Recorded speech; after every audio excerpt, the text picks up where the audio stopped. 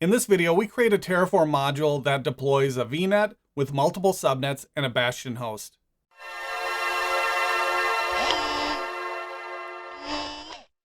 This is another video in the series on Terraform and Azure. We looked at an example of passing variables and outputs between modules in the last video. We used a very simple resource deployment for the modules.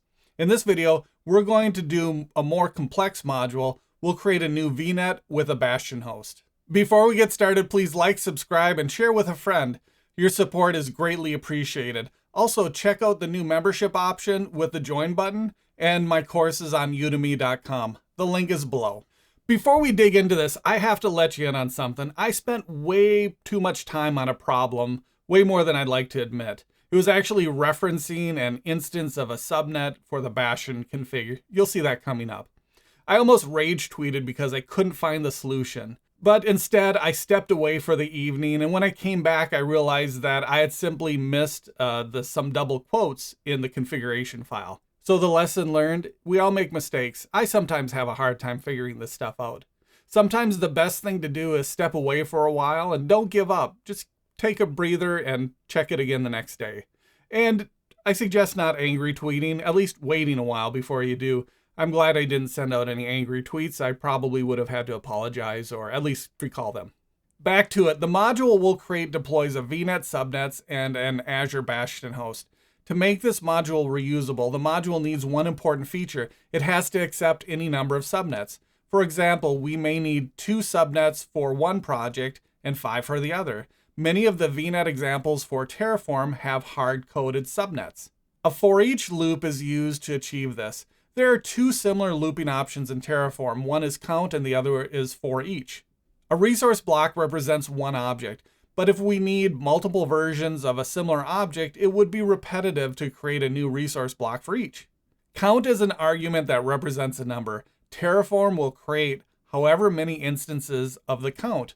When we're dealing with multiple objects, such as multiple storage accounts, we can use the index to identify individual instances of that object. Use count if the instances of the resource are almost identical.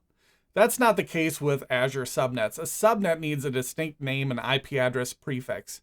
For subnets, we'll use a for each loop. For each doesn't rely on an index. It uses arguments where the value is mapped to a set of strings. A map in Terraform is a key value pair. For example, name equals subnet 1 and address prefix equals 10.100.0.0/24. A set of strings is a list of string values such as red, green, and blue. The following example uses a map of the subnet names and IP address prefixes to build a subnet. Once the subnet is created, we use a for expression to output the IDs of each new subnet.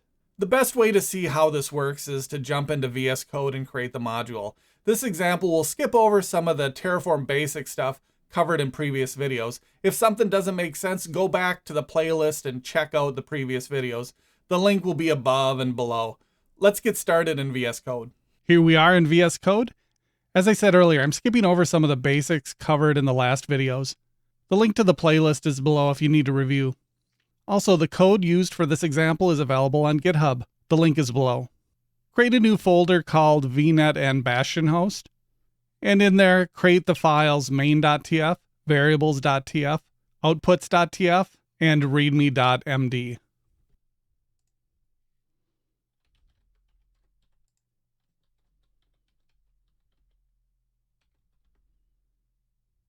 Open main.tf and let's add the requirements provider and Azure RM provider block.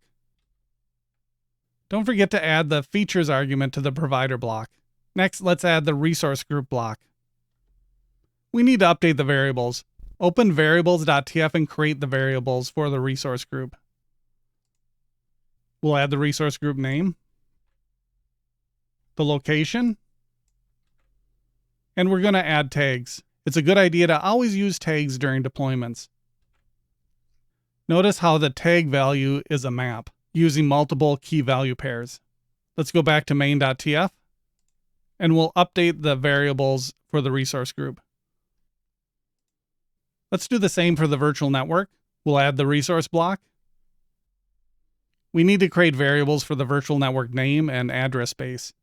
We already have the location, resource group name, and tags. So let's go back to variables.tf. Here we'll add the variables for the VNet name and VNet address space. We'll go back to main.tf and we'll update the name and the address space to reflect the new variables. Let's add the block for the subnets next.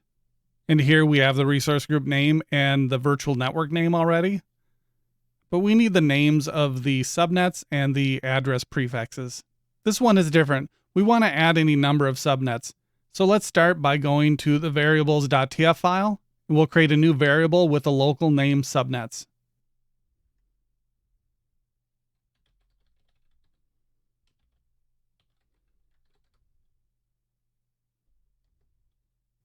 The type is map. And the value is any. Now we'll add our defaults. Add subnet 1. And we're going to supply two key value pairs here. Name. The name is subnet 1. Next, we'll add the address prefixes.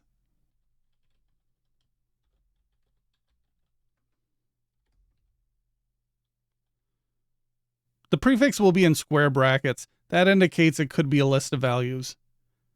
We'll only have one address prefix for subnet.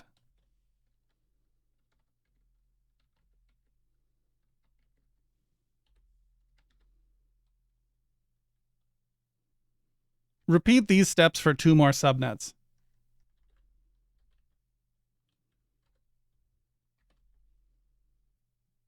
There they are with a little bit better formatting. If you ever need to quickly format a document, you can type Ctrl-Shift-P, type Format, and select Format Document. Or you could also do Shift-Alt-F. One last item. We're creating an Azure Bastion host next. A Bastion host requires its own subnet. The subnet space has to be a /26 or larger, and the name has to be Azure Bastion subnet. The Azure Bastion service will dynamically manage the network security groups on that subnet. That's why it needs its own. So let's add that next. Now we have our map of subnet, name, and address prefixes. Click Save and let's go back to the main.tf. We're going to modify the Azure subnet resource block a little bit. First, we're going to start the resource block arguments with a for each statement. So now it's asking for each what? We want it for each subnet, so we'll enter var.subnets.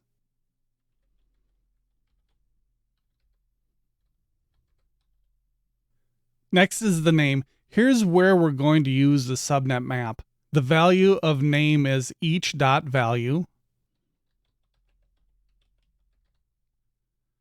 And then we enter name in square brackets.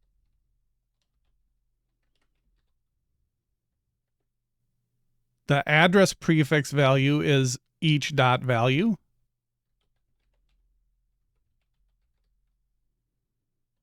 Followed by address prefixes in square brackets.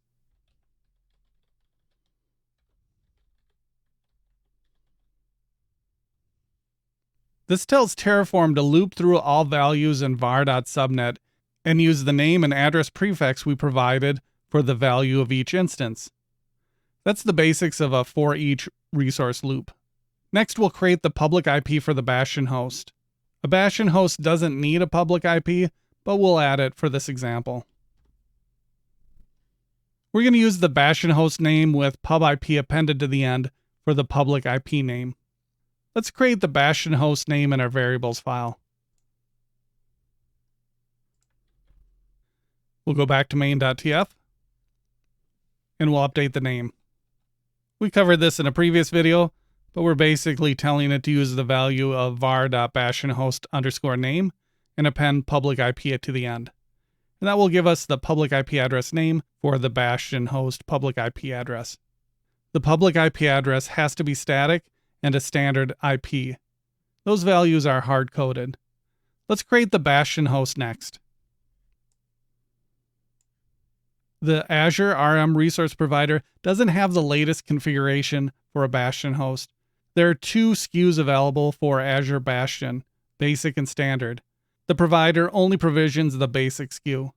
The Bastion host resource is fairly straightforward until we get to the IP configuration. First, notice the public IP address ID. This indicates it needs the ID of the public IP address, not just the resource. We'll do that by adding .id to the end of the value. Next is the ID for the subnet. We could try to add Azure rm_subnet.subnet.id. But that won't work because the subnets were created with a for each block and there are 4 different IDs. We need to supply the ID for the Bastion subnet. Let's go back to variables.tf. The local name for the Bastion subnet is Bastion_subnet. Let's go back to main.tf. We can specify the subnet instance by supplying the local name of the subnet in square brackets after subnet. It'll be better to show you.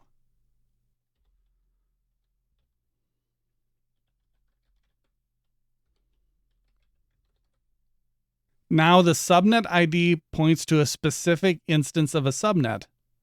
We're almost done. We still need to define outputs. For this example, we'll output the subnet IDs of each of the newly created subnets. Let's save this file and go to Outputs. Start an output block with the local name Azure_subnet_ID.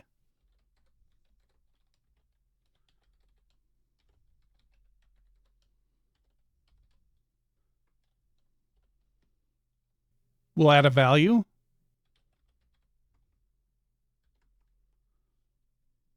We'll put it in curly brackets.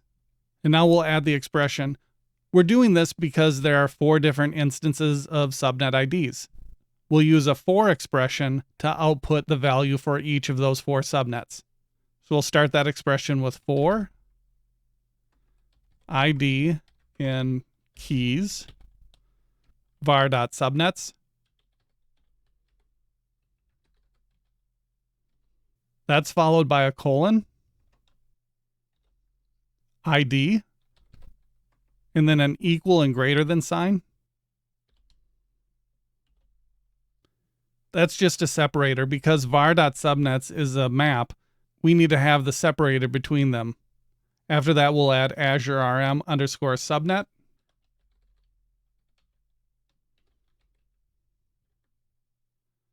.subnet. Here we'll specify the ID in the loop, so it will return that specific subnet ID. And we'll end with ID because we want to return the subnet IDs. Don't forget to add a description. This expression cycles through each value of var.subnet and uses that to return the subnet ID. The subnet and subnet ID will display when deployed. Next, we may want to connect to the Bastion host by its public IP address at some point. We can return that information with a second Outlook block. Save the file. Before we deploy, let's finish the README file. This is best practices when creating reusable modules. Let's save all the files and open up the terminal.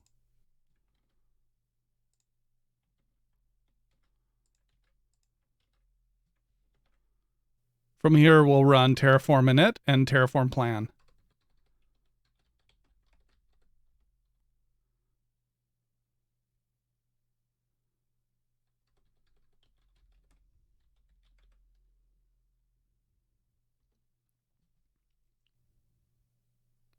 That looks good. Notice at the bottom we'll have outputs once we apply. Let's apply.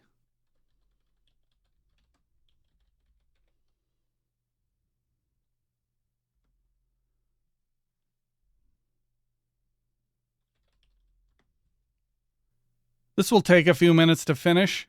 I'll pause here and come back once it's done. There they are. All the resources have been added, and we have the subnet IDs of the new subnet and public IP of the Bastion host. I hope this helps you understand for each loops and how to use them when creating Terraform modules. Please don't forget to like, subscribe, and share with a friend. Thanks for watching.